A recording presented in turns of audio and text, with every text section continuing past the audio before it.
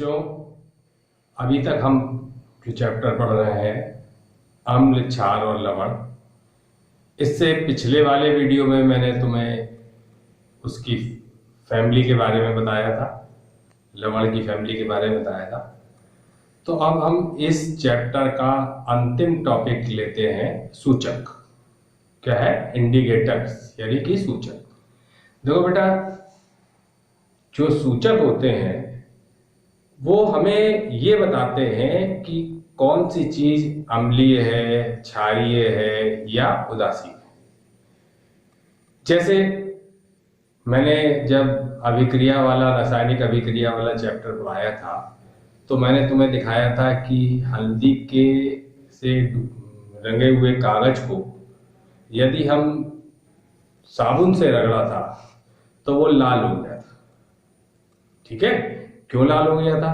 क्योंकि जो हल्दी है वो प्राकृतिक सूचक होती है, जो ये बताती है कि वो जो जिसके संपर्क में आती है उसके आधार पर अपना रंग चेंज कर लेती है। देखो, उसने जैसे ही हमने साबुन लगाया था तो लाल हो गया था, तो हल्दी एक प्राकृतिक सूचक है। तो चलिए आज हम पढ़ते हैं सूचक। सूचक क्या होते हैं? अम्ल, क्षार सूचक वे पदार्थ होते हैं जो अम्लीय, क्षारीय तथा उदासीन विलयन में भिन्न भिन्न रंग देते हैं। अम्ल में अलग प्रकार के रंग देंगे और क्षार में अलग प्रकार के रंग देंगे, उदासीन में अलग प्रकार के रंग देंगे। तो वो हम कहते हैं, उसको हम क्या कहते हैं कि ये जो है हमारे सूचक। ठीक है? अब सूचक के प्रकार क्या होते हैं?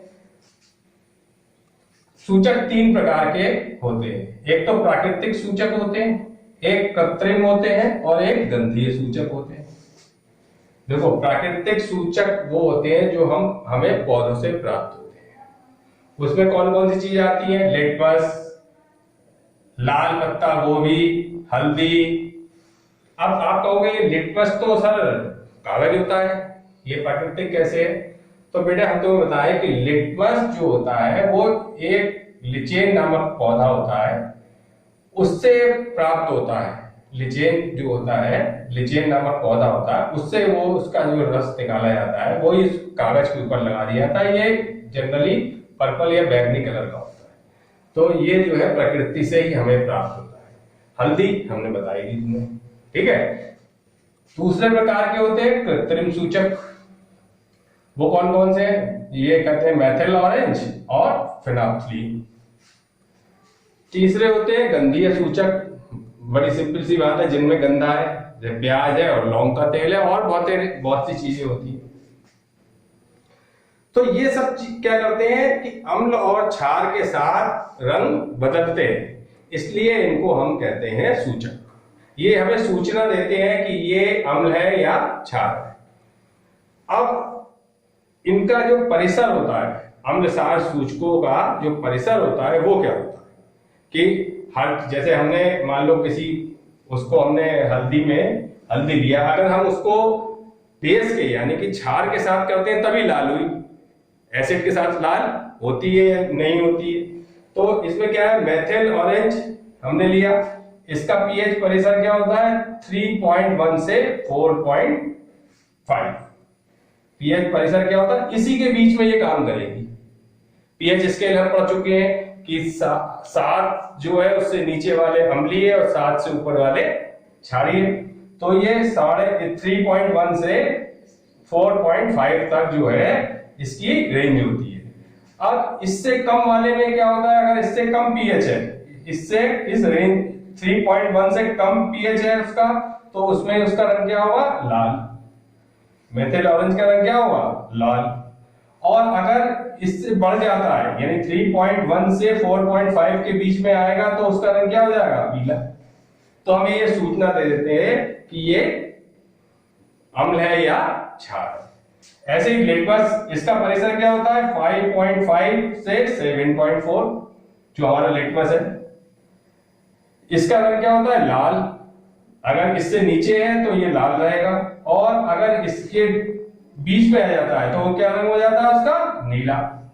ऐसे ही फिनाप्थलीन है, इसका होता है 8 से लेके 9.8 तक।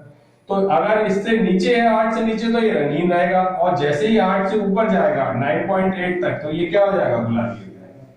तो ये हमें सूचना देते हैं कि हमारी कौन सी चीज क्या है, अम्लीय है या वो है क्षार है, अम्ल है या क्षार है, ये हमें सूचना देते हैं। ठीक है बच्चों, अब हम आगे बढ़ते हैं सूचक की सारणी। वैसे तो अभी जो मैं तुम्हें पीछे बताया है उससे क्लियर हो जाएगा कि किस जो हमारा सूचक है उसमें कहाँ कहाँ परिवर्तन होता है, लेकिन क्योंकि क्वेश्चन आ जाता है इसलिए मैं इसे लिखा दे रहा हूं तुम्हें। देखो ये सूचक है, ये अम्लीय विलयन है, ये क्षारीय विलयन है, ये उदासीन विलयन है।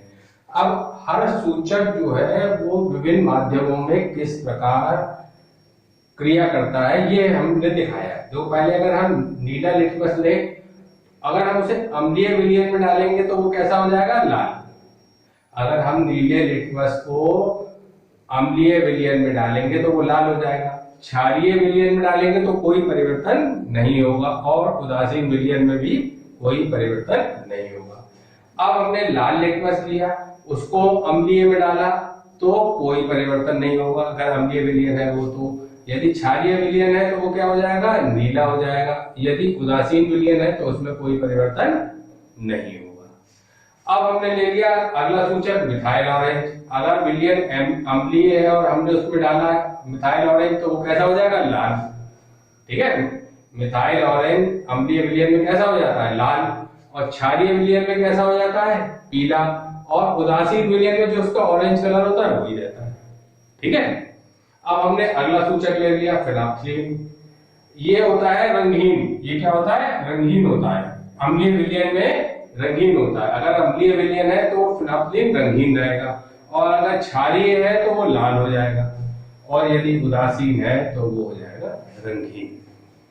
ठीक है, यानी उसका कोई रंग नहीं आएगा। अब ये जो हमारे सूचक हैं ये हमें ये बता देते हैं कि विलयन अम्लीय है या क्षारीय है या उदासीन। लेकिन ये विलयन हमें ये नहीं बता पाते कि ये प्रबल अम्ल है या दुर्बल अम्ल है, प्रबल क्षार है या दुर्बल क्षार है।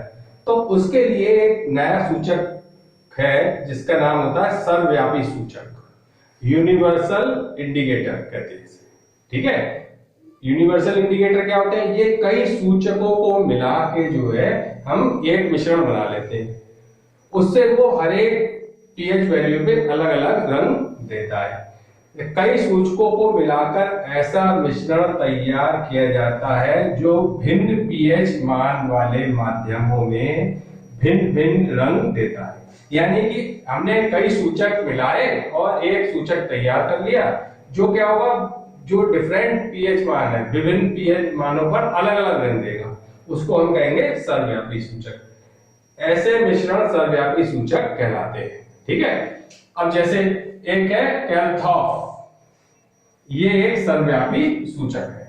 ठीक है, अब ये किससे बनता है, ये एक मिश्रण एक कईयों से मिलकर बनता है। ये क्या होता है, हमने लिखा है ना कि कई मिश्रणों में कई सूचकों को मिला के मिश्रण तैयार करते हैं।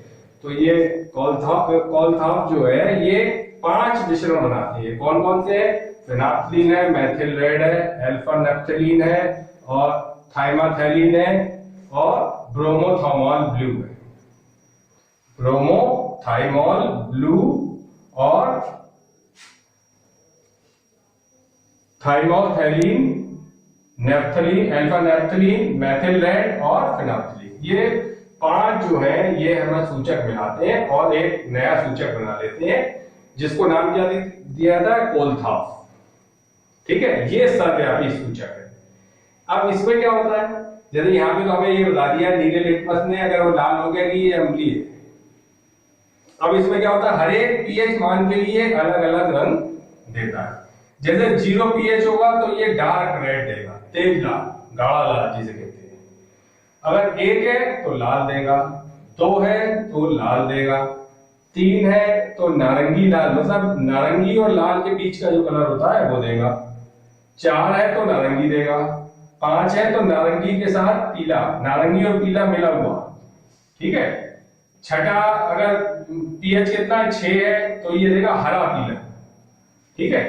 और 7 है तो हरा हो जाएगा, 8 है तो हरा नीला देगा, 9 है तो नीला देगा, 10 है तो नेवी ब्लू जिसे कहते हैं गाढ़ा नीला, 11 है तो बैगनी देगा, 12 है तो ज्यादा डार्क बैगनी देगा या चटक बैगनी, और 13 और 14 दोनों में वो कौन सा कलर देता है, वायलेट।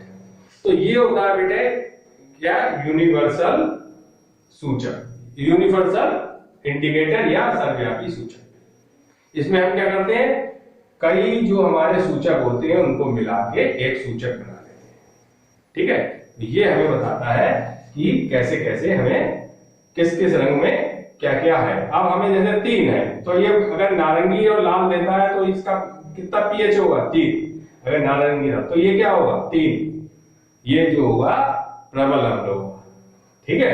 अगर 0 में तेज लाल दे रहा है तो इसका मतलब ये प्रबल अम्ल होगा, सबका अलग अलग दे देता है। तो ये ज्यादा जो है होता है हमारा कारगर साबित होता है। इससे हमें पता लग जाता है कि वो प्रबल अम्ल है, दुर्बल अम्ल है, प्रबल क्षार है या हमारा दुर्बल क्षार है। इससे हमें ये पता लगता है सूचकों से कि सिर्फ वो अम्ल है या क्षार, ठीक है बेटा। तो इसे उतार लो और ये तुम्हारे आगे बहुत काम आने वाली चीज है, बहुत अच्छे से इसे पढ़ना और ये इसको उतार लो, ठीक है बेटा।